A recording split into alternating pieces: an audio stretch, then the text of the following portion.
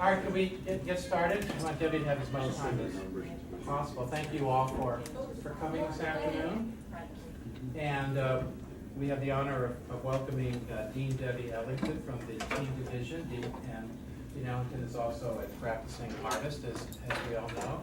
And her title today is The Arts Scene in Contemporary Cuba, a report on a recent visit. Thank you. Thank you. Well, the first question I get is, did you go legally? That's from Mexico and the Bahamas. I went legally. It's called person to person, or people to people, two different groups. But it's through the State Department, okays it. What you're doing is meeting with people in Cuba. They call it Cuba. And we had a guide with us that had an American passport, but also a Cuban passport that lives in Florida part of the time. But then we also had a guide that was from the Cuban government with us all the time. And I'm going to show you some things that was very interesting to me because I found out that the arts are highly supported in Cuba, much more so than they are supported here. You'll see this little dance group. And a lot of the things I'm going to share are called the projects. And these are people that are creating the arts, supporting the arts, creating communities in their communities. That's one level. Another level will be professional art groups that are supported by the government, paid by the government. There's another level where it's park community, park support, in which they're given either a building to work out of or their director is paid for. We went, you can't even see this. We started in Havana, and then we went all the way down over here. This is down where Guantanamo is, and Veracruz. And you will also notice how close Haiti is and Jamaica, because those are going to be big influences in the music. There it is again. And I was just saying, Veracruz we flew to, this is Guantanamo. Veracruz used to be pretty much cut off from everything else until the 1960s. You only could get there by boat. The Cuban government is very inventive. They have now a tourist area where you can look at Guantanamo. You're from a distance, but you take your bus stops there. They have a shop to eat and all kinds of stuff. And if you have binoculars, you can see Guantanamo. What do you think of when you think of Cuba? What else do you think of? Cigars. Cigars, yes. You can't bring those back. What else do you think of? Fidel Castro. Dance. Oh, Fidel Castro, now Raul, his brother. Dance. I Dance. have a friend from there, so. Music is in their blood. I pulled up all these cards because I really want to go to Cuba because my grandfather loved Cuba. Loved it, loved it, loved it. Could not go after the revolution. But they are so inventive that the cards they have learned to keep up by creating their own items or equipment or anything when it fails, they're actually casting parts and all kinds of things. So these are their cars. Most of them are taxis. Some are privately owned. Aren't they great? Well, public transportation. There's not a lot of roadkill. There's a reason for that. What happened was called Peak Oil. Is a great book to read. When the Soviet Union fell, they couldn't get oil. So what did they do? Think of us today. We've already hit peak oil in the whole world. We've mostly discovered all the oil, but we're using more than we can discover. So what happened was they had no oil. They had been fertilizing like crazy and using pesticides. Couldn't do that anymore, which was a good thing because now that it's all organic. Everything there is organic. They brought in oxen. They had to reteach people to plow with oxen. You go through the countryside, everybody has oxen plowing. They started teaching people to grow their own things. They still don't have enough food.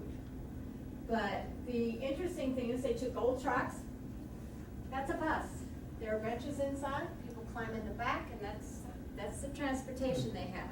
The other thing was they brought in a bunch of bikes from China, which are very heavy, and they used those. But mostly, a lot of times what you're seeing are either bicycle-driven or horse-driven little carriages.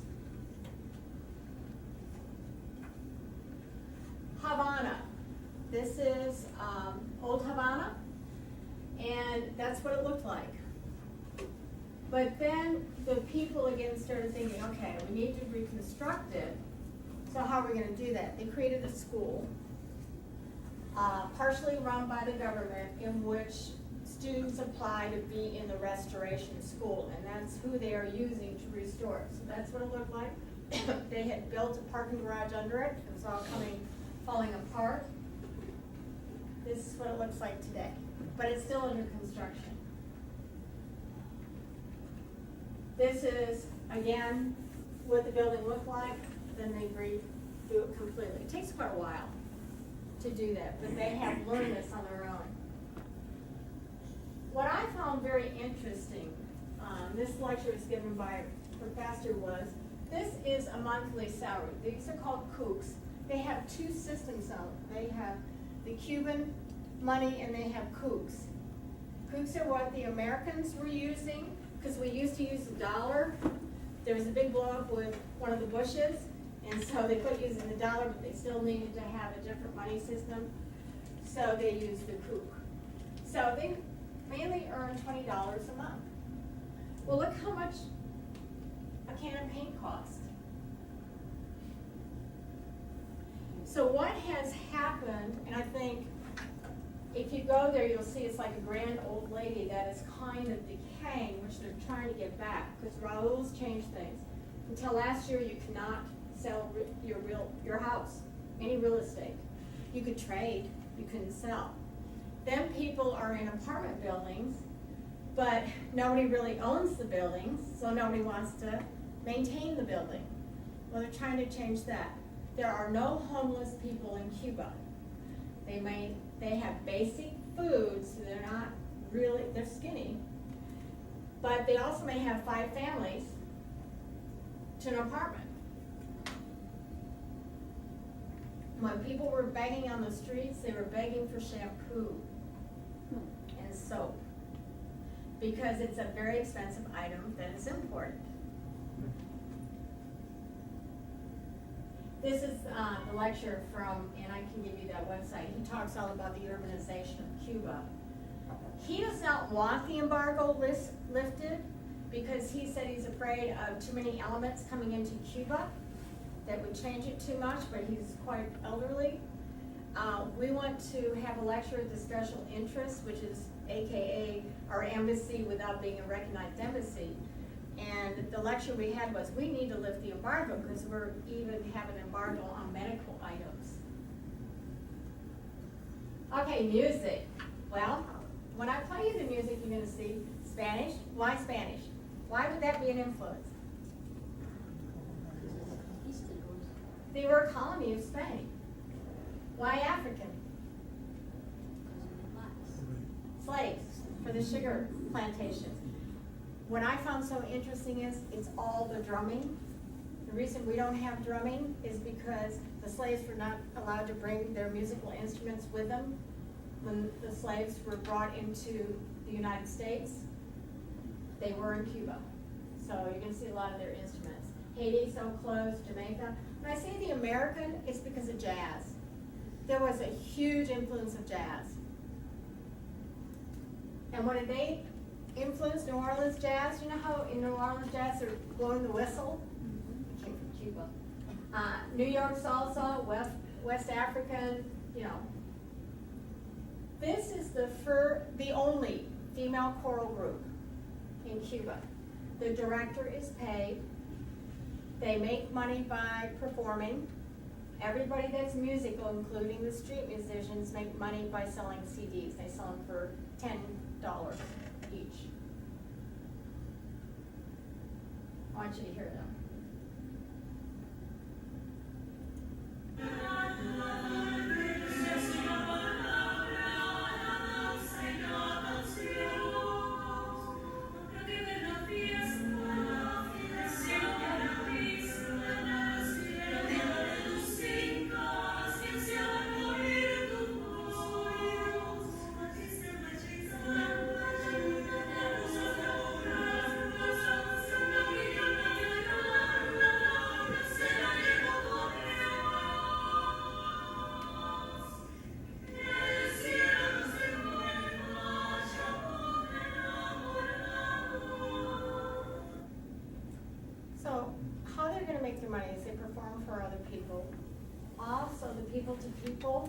are helping support them, and later I'm gonna show you some areas that it's the Ludwig Foundation that is also helping to support the arts. But the government supports almost every group in one way or another. Well, how many of you have heard of habanera? It was a really interesting dance style out of Europe, and you'll see it through the costumes. And then you have the drum beat that is, it's in everything in Cuba. And dance, as you said, Eric, dance and singing and music are embedded. You see little kids dancing all the time. We have, they took that habanera and they slowed it down, and the habanera that was original, there were no couples dancing. But then they started adding couples, and they slowed it down, and they added vocalists. It scandalized everybody. We were lucky with the people, we had lectures all through the group. This is just a taste of a few clips, and you'll recognize the costumes.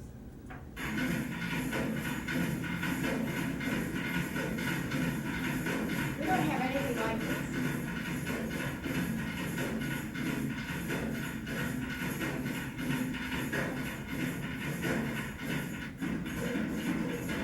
It's later known as danza, the type of music with the dancing.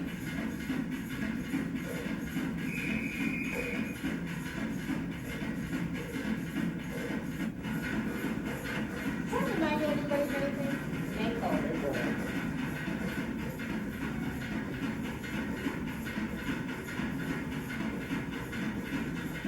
You can see all the age levels, young people, Spanish, encouraged group.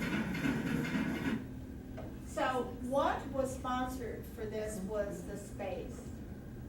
But it is a group that has decided, the government didn't say, okay, this is what you're gonna do. It was the group that came together and decided that we need to continue this type of music and continue it with the youth. The young are very much involved with everything. I love these drums. This drum is hundreds of years old.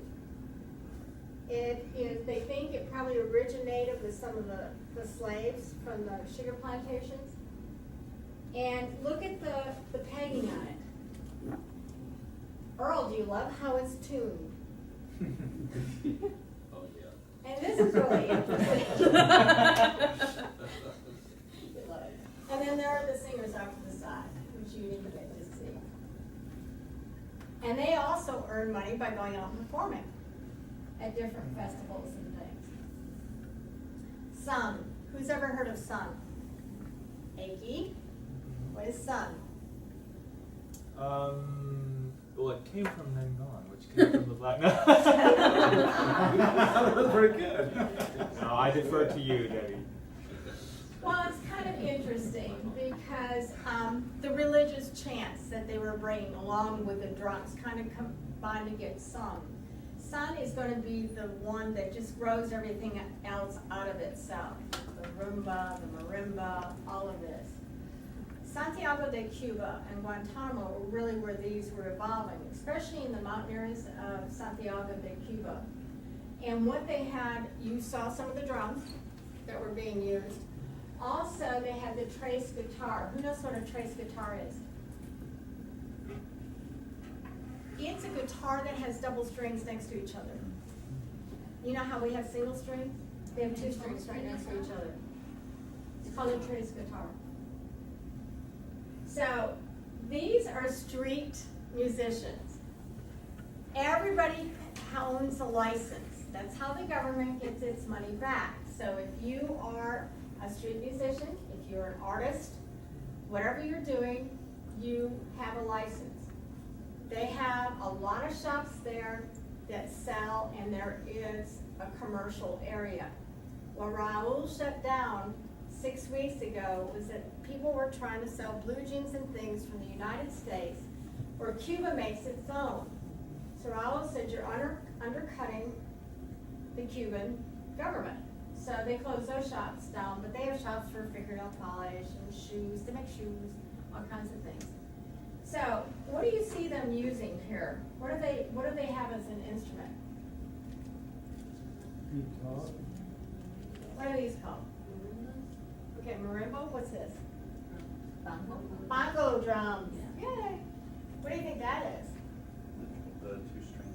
Yep, yep. So they're on the street legally. And they're selling their CD. Well, some started evolving, and when it had influences coming in, like the US and Europe, you'll see they add the bass, the bongo.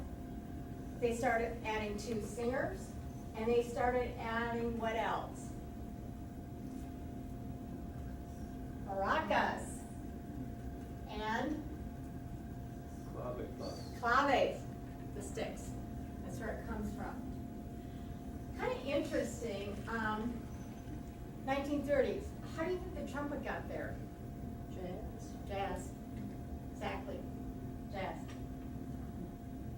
So this is another group of street musicians, because you can see the bass.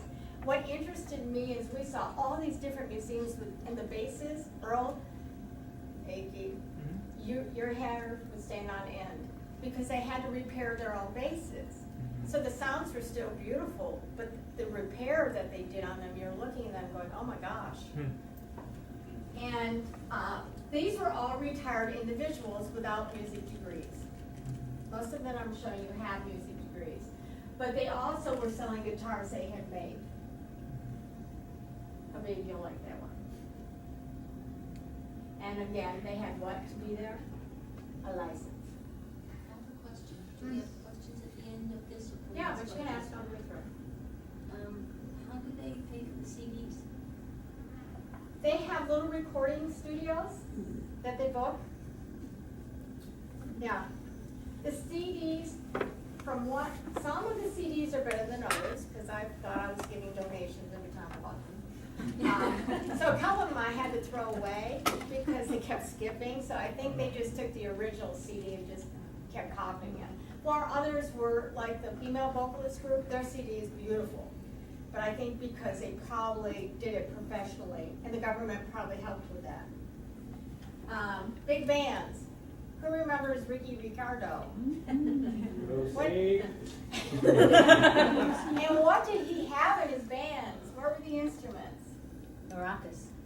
Maracas? Was there drum beat? Yes.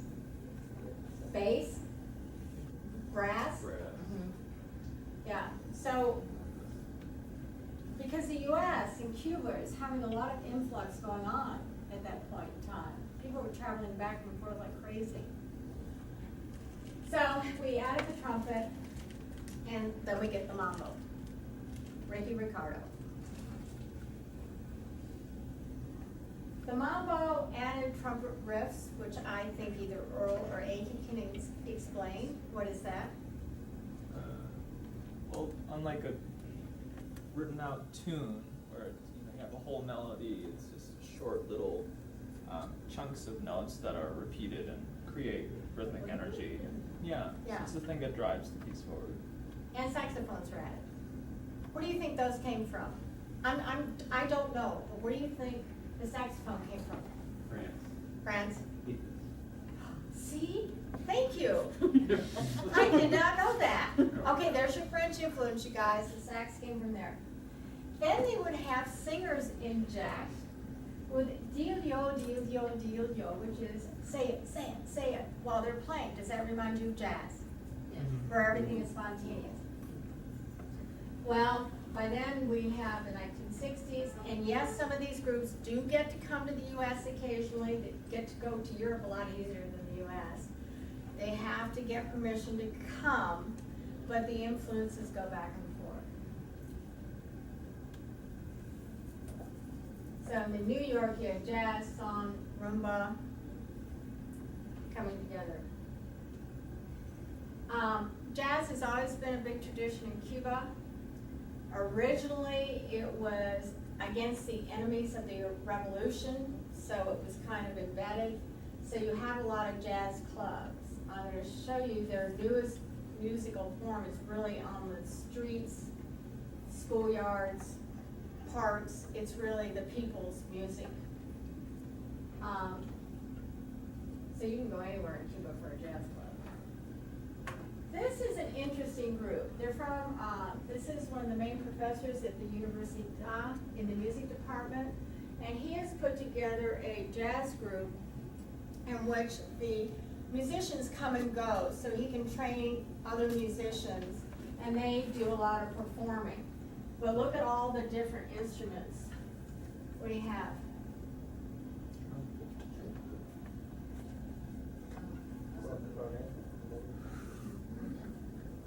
Sax. And his father was a very famous drummer, and he has his dad's drums, because the drums go forever. We have the Buena Vista Social Club. Who's heard of that? How'd you hear about it, Derek? I've known them for a long time. I've been to their concerts. I have their CDs. Which concerts did you go to? In Houston, I saw Amara Portuondo sing in Houston. Okay. Tell us about the Buena Vista Social Club. It's a group that came to the United States to play music Right. over the last 20 years. An American went down and rediscovered them. They were from the 1940s. And it petered out. They didn't perform for 50 years. He went back and found the original performers. I'm going to show you a clip of one of the female vocalists who's 90 years old. They perform every weekend at the Hotel Nacional where we were staying in Havana. But they also went and performed at Carnegie Hall, and then they performed in Amsterdam, and they were up for an Emmy. I can't remember how long ago they performed at Carnegie. But I'm going to show you something from the Amsterdam.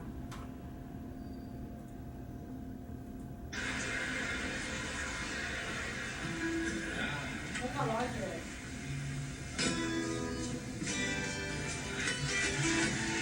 That's the gentleman that went down and rediscovered them. You see, it's a lot like that. Think about it.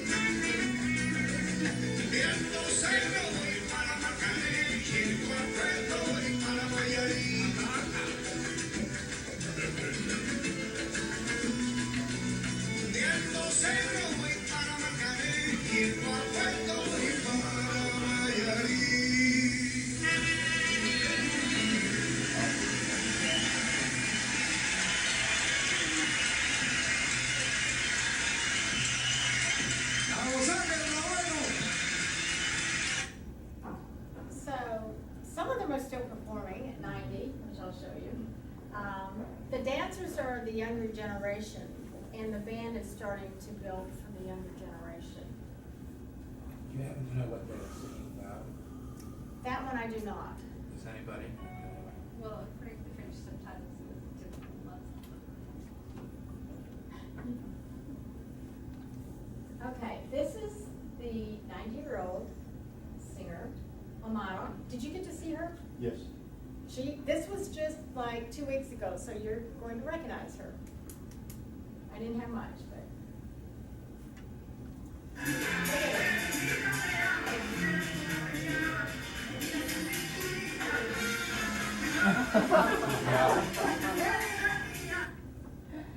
Do you remember? Yes. Yeah, it's quite good. Yeah, it's amazing. And they still had some of the original players that were playing. This is a community project that was in a barrio in Havana that was the worst barrio. And this gentleman took it on himself to try to change the whole area. So he went around and he found that almost on every street corner there are all these garbage dumps because they don't have garbage pickup. So he started with a small group and they started cleaning up the area, and as soon as they cleaned up a corner, they created an art project out of that. You can see Castro and Chavez. And then he started cleaning up behind there and found this huge old water cistern that was about 3 times as big as this room.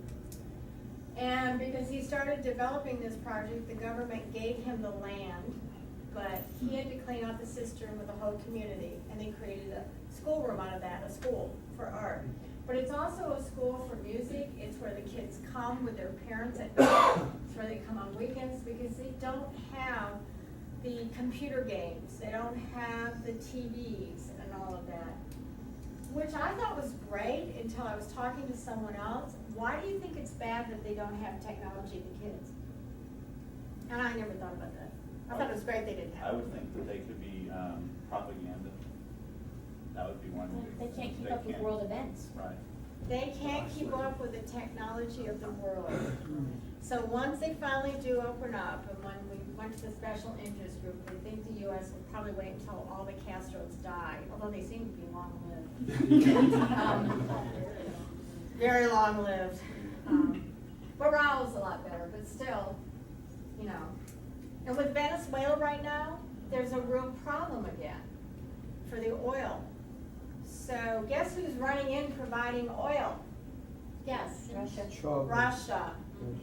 Russia. Do you think that may pose a problem eventually? Yes. So anyway.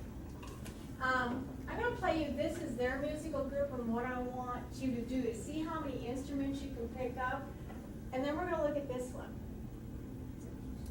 which Earl's going to have to identify. What is it? Shopping cart?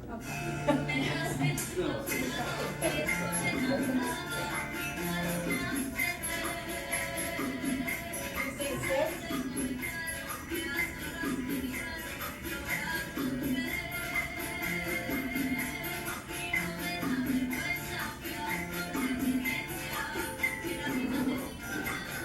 Behind you is a big sister that cleaned out the work on. And then they started motivating and cementing everything.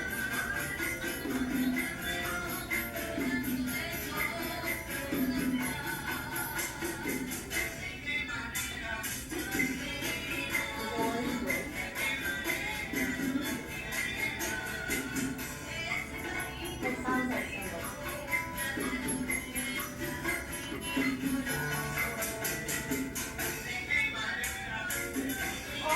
A lot of what you're seeing on the building as far as broken china for the mosaics, that he made himself out of stuff they found in the dumps. And so Earl, what would you call that? Percussion. Would you like to listen to it first? Yes, let's listen to it yet again.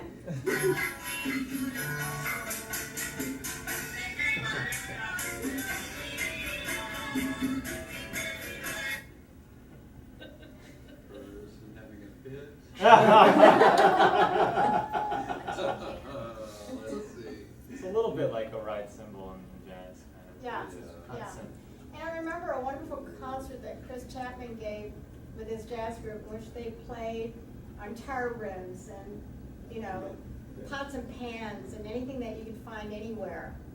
And that's the same thing. They were digging, and everything that they found, they tried to reuse again. Reggaeton. That is the music I was talking about, that's the music of the people today. I personally am not fond of rap, but boy, the younger group, when you go by the parks and everything, it's rap.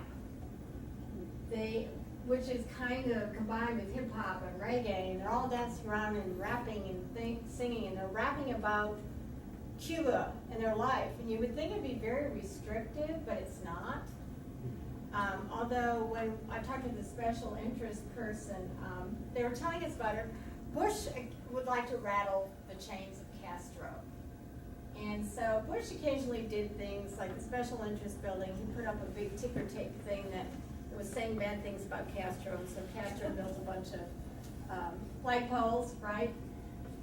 Flagpoles right in front of it, supposedly listening in.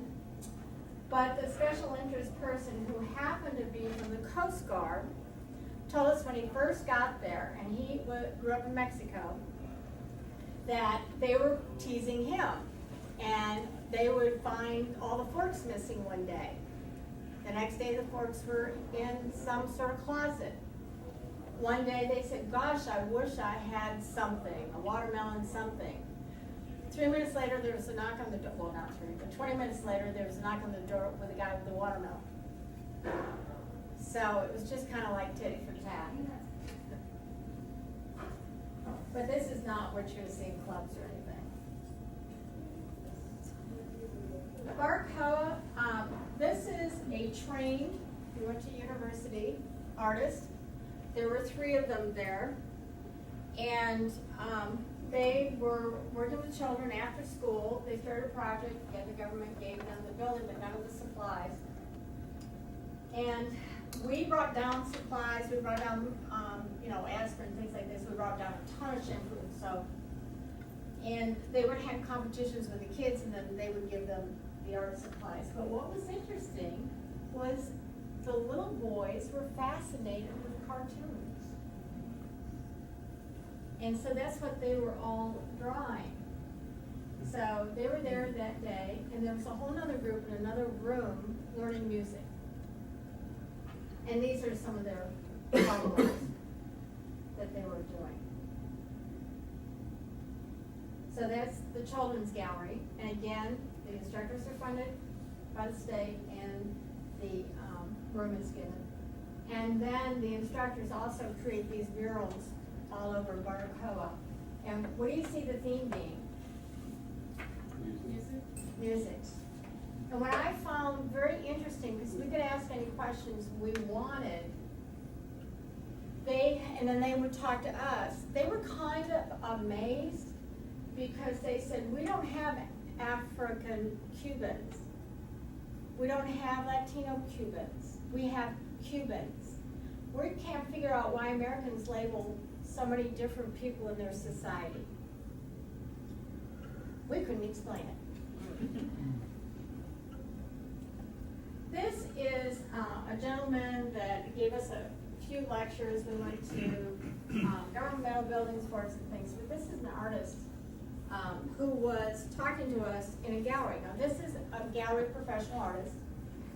They again have to have a license, but they actually pay less in taxes than we do in sales tax. If you were selling something, it's a lot less. And this is the kind of work he did. He likes to paint on burlap. And another person, I actually purchased this, and I have to frame it, because we want to display it at North Harris, because they were requesting artwork. Montgomery really doesn't request artwork. So, what do you think of that? What do you think it's about? If you think about the lack of faces, and you think about the governmental situation and the lack of individuality that the government used to portray, there's no identity for those people. When you were in Cuba, did you see a lot of individuality? Explain what you were doing there, because you had a wonderful. My research was on Cuba, and I've been a few times, but it's not since, the last time I was there was 2007 or 8. I'm sure it's changed exponentially. With Raul, You see it more yes. with the younger population, but it's pretty uniform, especially in Havana, I would say. Yeah, yeah. Umbrella, what do you think of umbrella? Protection. It's hot there. They all have umbrellas. It's really amazing. That's about his city. We went to the Santiago Keys. I did not know that Hurricane Sandy was so devastating to Cuba. Did any of you know? Only to New Jersey, the East Coast. Yeah. It devastated it. These are the Keys. This is a picture before Hurricane Sandy. They thanked the Americans because the plane that was flying over, tracking this hurricane, alerted them. The government did not. They had like an hour to get everybody up and away. Nobody died. This is it afterwards. The problem is this is a fishing island. It destroyed their boats. They have 2 left. It's not that easy to get a boat in Cuba. For one thing, they have to have a special license because they don't want you heading for Florida. So, the other thing is they're all handmade. And that's one of the things they're worried about with the embargo being lifted is drugs coming in because they have a memory back when our mafia was there with all the casinos.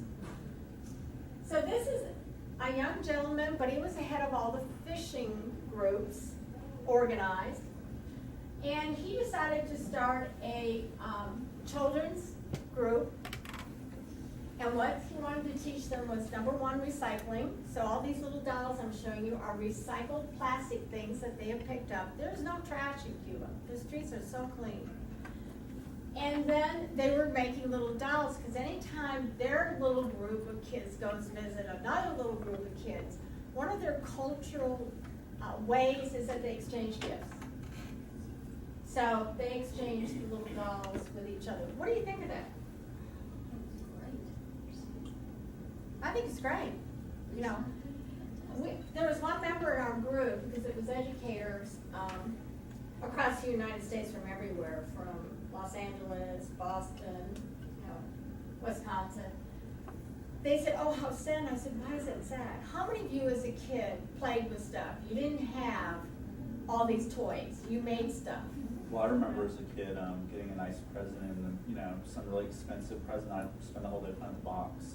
Yeah, see? So that's kind of what this is about. But even after the hurricane hit, and they have rebuilt more than New Jersey has by themselves, because I think they've always had to be this inventive.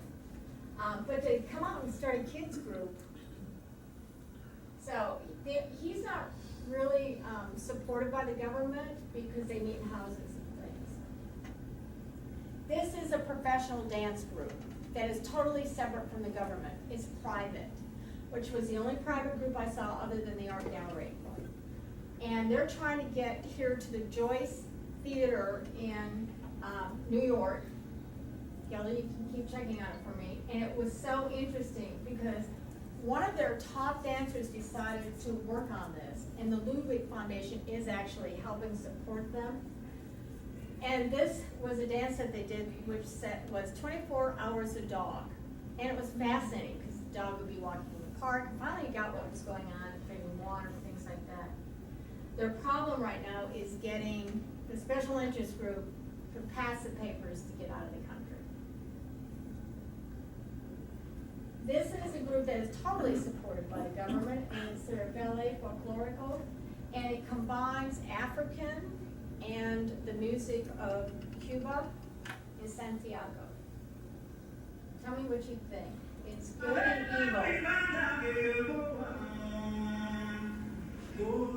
They practice every night, except on weekends, and they perform everywhere in Cuba.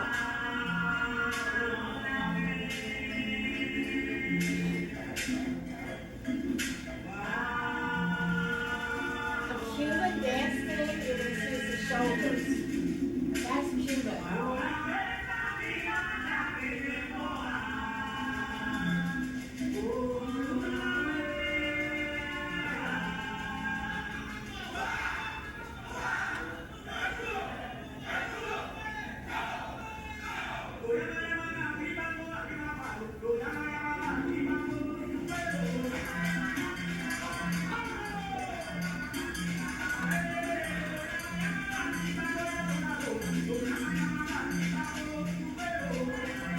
That's Cuba.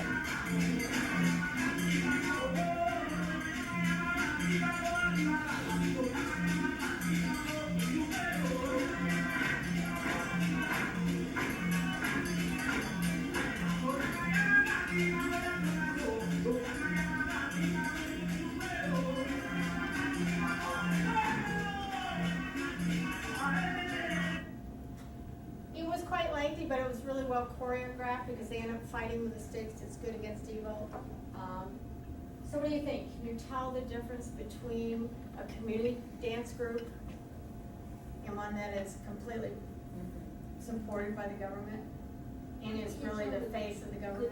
Good between evil, they don't have, they're like the white and the black. No. It just doesn't matter. Yeah, no, it's the actions. Now I want to show you, this is the community dance group. The government gave the space, but it was a lady that is completely trained in dance and wanted an area in the community because it's not a part of Santiago de Cuba, which is the worst of the barrios. So, but I want you to look at the little one along with the rest of them. And it was so interesting because the parents will do anything to make them costumes.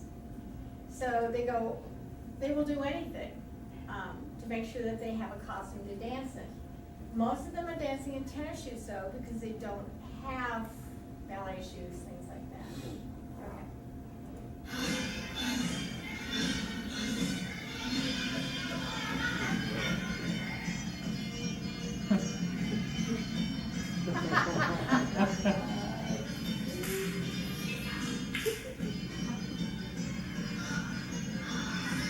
And dance right around her. Notice the shoulders.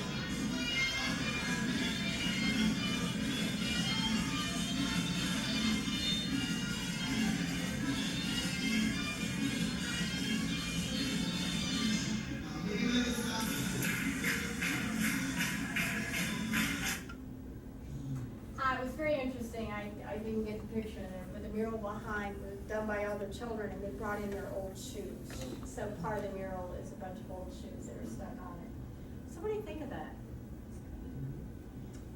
Why do you think they have such a society that everyday people are thinking of ways to help their community and to do programs like this?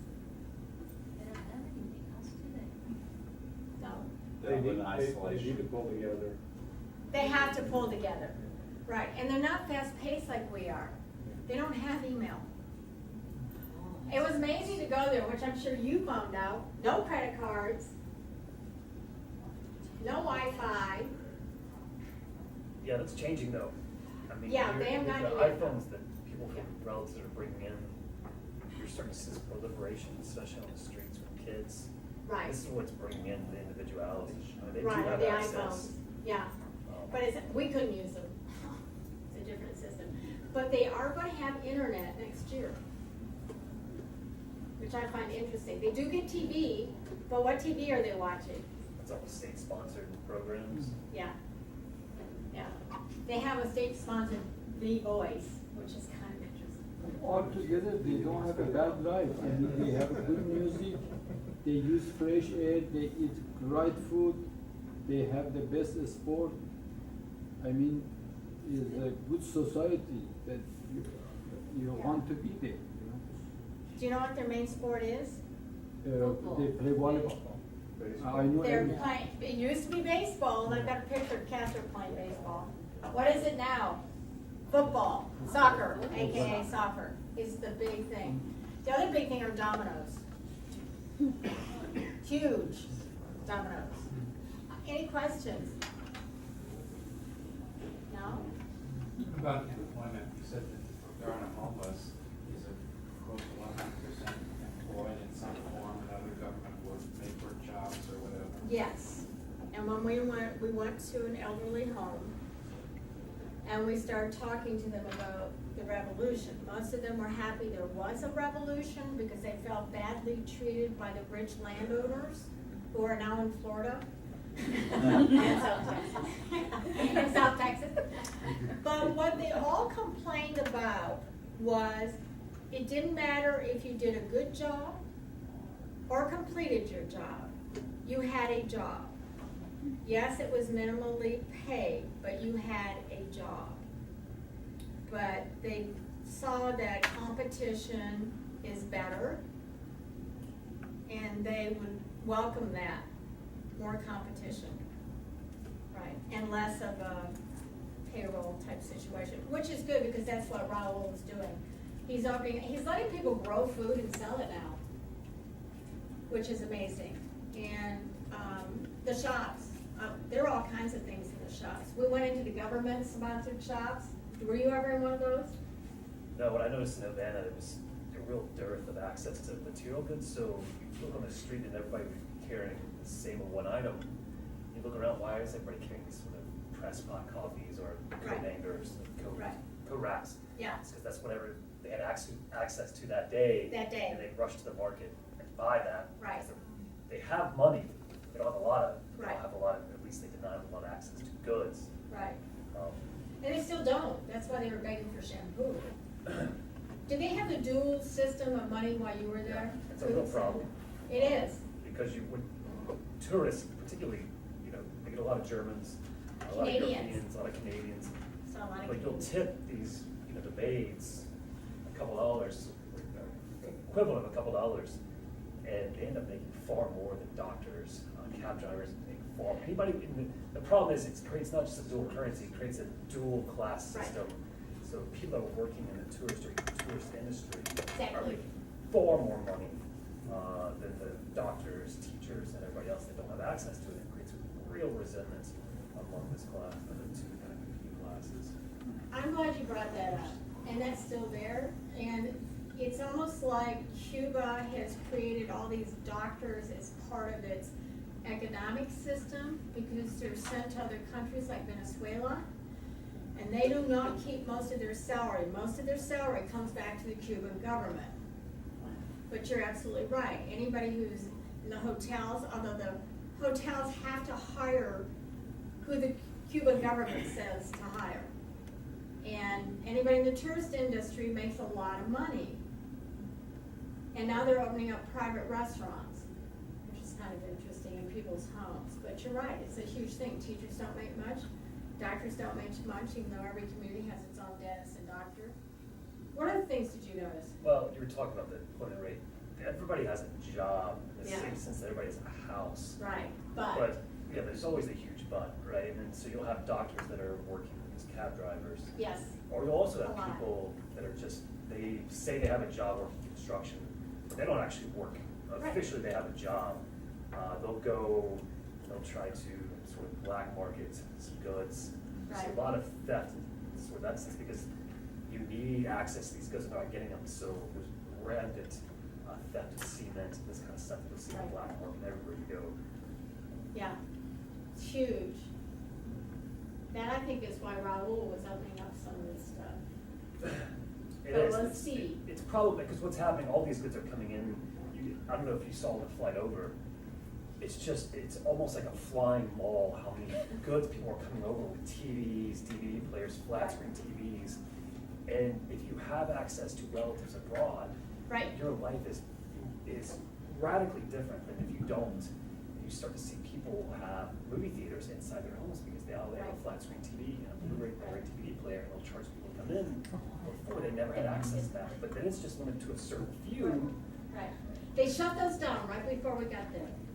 All the movie theaters inside the homes. How would that affect the crime though? Would they be robbed quite a bit?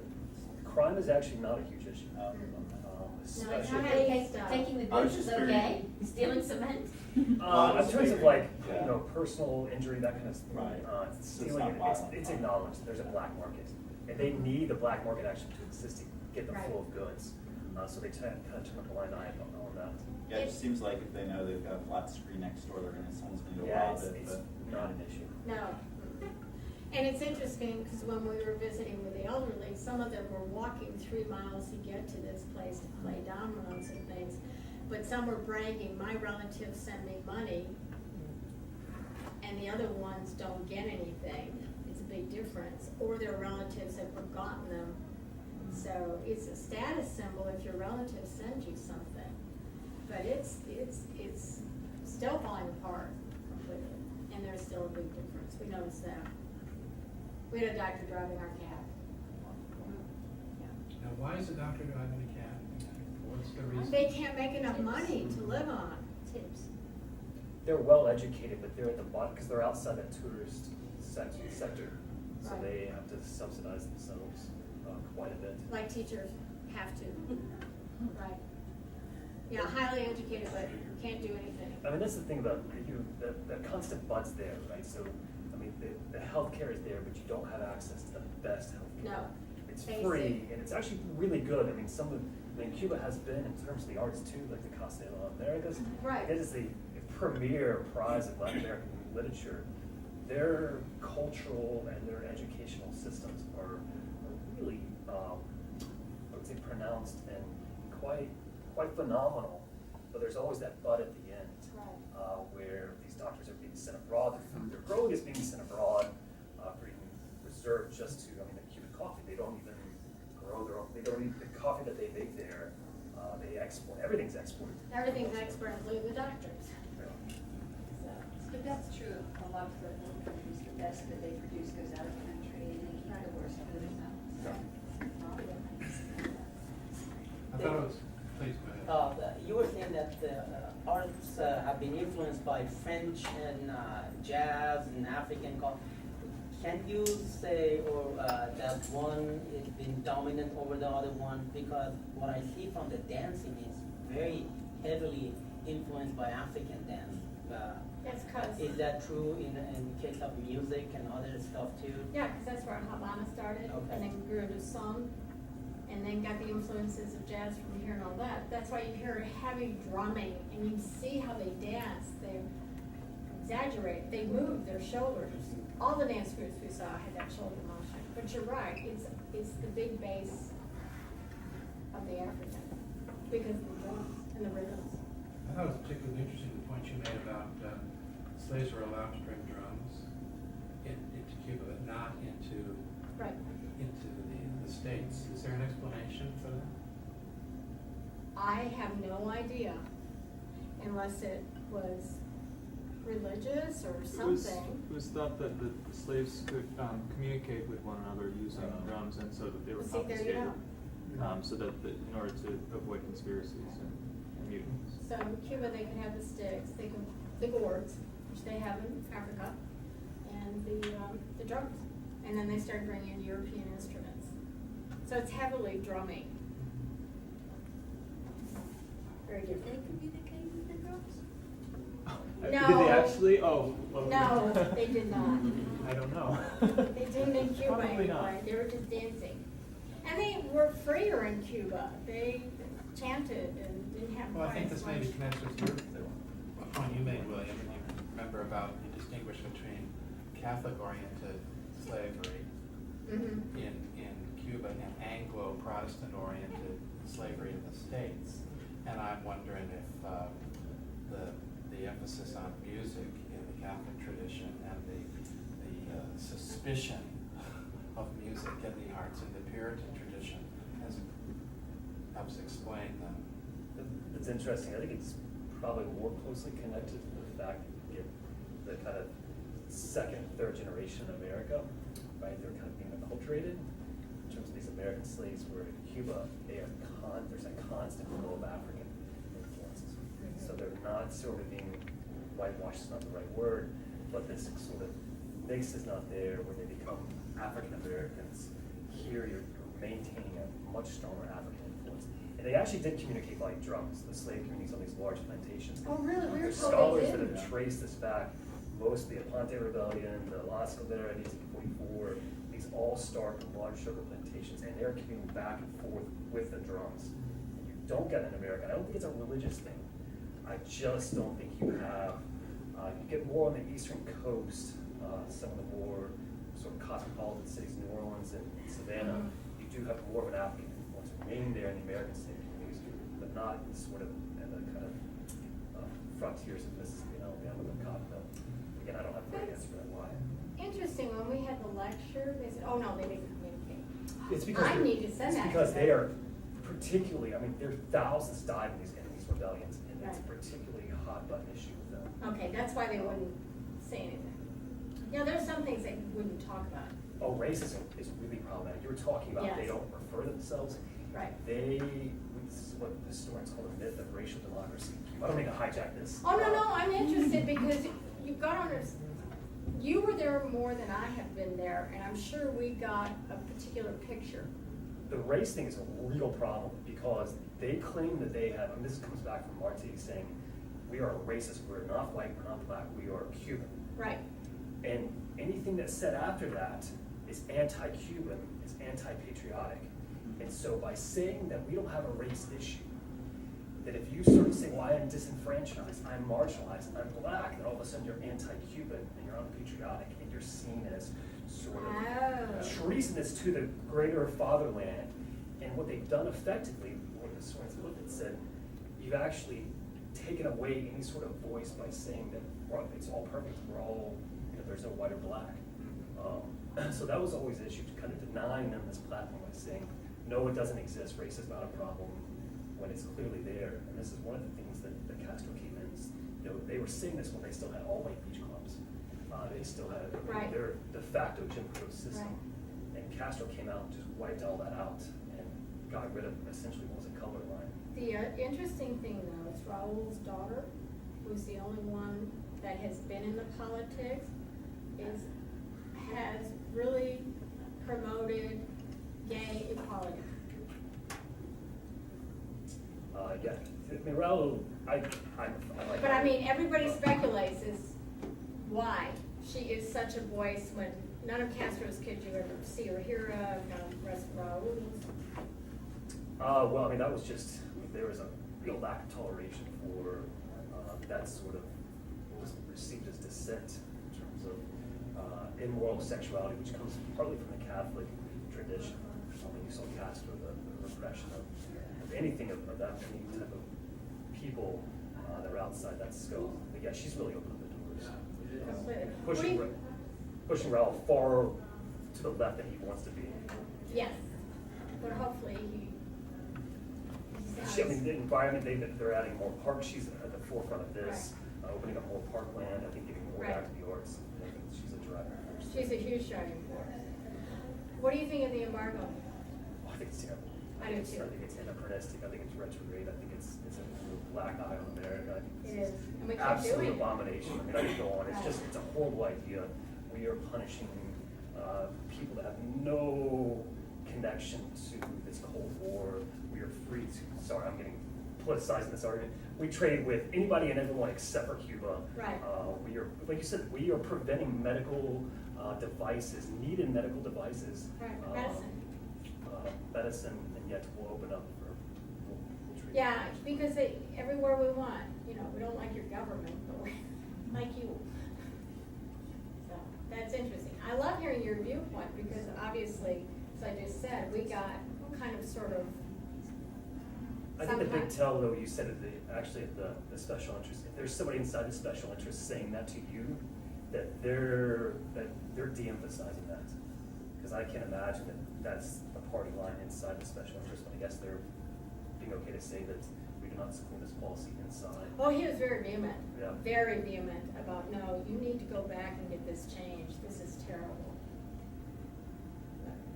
Debbie, did you say anything about what took you down there? What group is this that you were? It's called People to People. I can send that to you. There's a great one. I was just talking to Aki and Mark about maybe taking some of the students down in the music department. There's a People to People. I will give you there are only a few groups that are approved by the State Department where you can go. And they're tribal groups, but they've been approved. And so it's like we flew a private plane, we went to the military base, a private plane from Havana down to Baracoa. And it was kind of interesting, because you go on the base and everybody's got all these big guns and tanks and you're going, whoa, it's kind of, no waiting room. It's very interesting. So it wasn't a group of artists, it was just people? Well, it was artists and educators, that's how this group went down. Because this People to People was set up with the Cuban tourist area and our government as a people to people for the arts and culture only. Do you know of any of the other people to peoples? It's culturally based, you have to have some sort of, you have to visit, Right. Dance studio, there has to be some sort of, That's it. See, it was educational culture. value, it's an exchange program. It's a essentially. cultural exchange. But it's getting to be like where they are private, I mean, it's, you say you're on a private plane, you're getting, if you're at all signed up, if you look on the internet for this, you'll get bombarded with advertisements from these companies. I'm surprised I've never heard of a private plane, but you can fly directly now from these private companies. And it's a very loose, I don't know, yours seem pretty structured. There's some that are sort of just superficially cultural exchanges. Ours was very structured. Very. I think they're kind of flying under the radar that you can get in. Right. And they just usually, they'll take you to one place in Old Havana, and I think they give you a week off and get you back. I'm glad we were so structured, because we got to see so many people we probably wouldn't have seen. But, so it's known as the People to People. We did have a college professor that was in political science, and they pulled them aside when we came into Cuba and questioned them for about 40 minutes. I was stopping up, I brought books with me to give, and also just because I was reading them, they rifled through all my Right. books. They said, why are you here? What are you gonna do? Who are you gonna talk to? How did you get from Santiago to Havana? Well, see, what we did was we flew from Havana to Baracoa, and then we bussed across, you got to look at Guantanamo, to Santiago de Cuba, and flew out of Santiago de Cuba. That's how we did it. How'd you do it? I just the bus. It's a pretty short ride. Yeah. It's a pretty accessible country. Okay, anything else? Well, thank you, Debbie. Thank you.